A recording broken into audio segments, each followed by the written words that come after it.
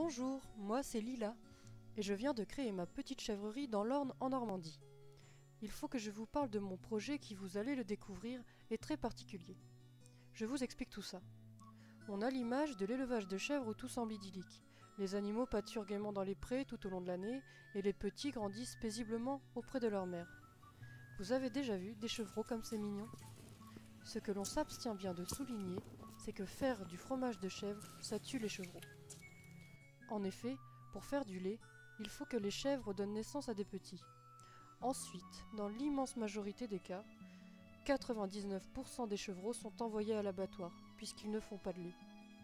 Et les 3/4 des chevrettes finissent aussi tristement. Il n'y a que les meilleures femelles qui échappent à la mort. Elles sont gardées pour remplacer leur mère ou sont vendues à d'autres chèvreries. Tous les ans en France, ce sont environ 700 000 chevreaux qui sont envoyés à l'abattoir. En plus de ça, les mères sont également envoyées à l'abattoir dès qu'elles sont moins productives. En moyenne en France, une chèvre peut espérer vivre 4 ans, alors qu'elle peut vivre jusqu'à plus de 15 ans. Autant de morts pour pouvoir se régaler d'un bon fromage. C'est triste et c'est cruel, mais il n'y a pas d'alternative, non? Eh bien si, il y a une autre façon de faire. Concrètement, comment on fait? On a vu qu'il faut que la chèvre ait un petit pour pouvoir faire du lait, mais ce qui est incroyable, c'est que l'on n'est pas obligé de faire avoir un chevreau chaque année. Il suffit que la chèvre ait une mise bas pour que sa lactation démarre et ensuite, si on la traite tous les jours, elle continuera à faire du lait. C'est comme les humains.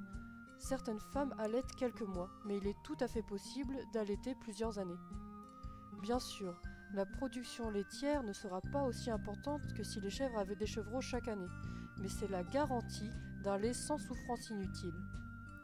Alors, je compte sur vous pour aider ce projet innovant, le chèvre qui ne tue pas le chevreau, à voir le jour. Grâce à votre contribution, il sera bientôt possible de ne plus avoir à choisir entre l'amour des chèvres et l'amour du chèvre.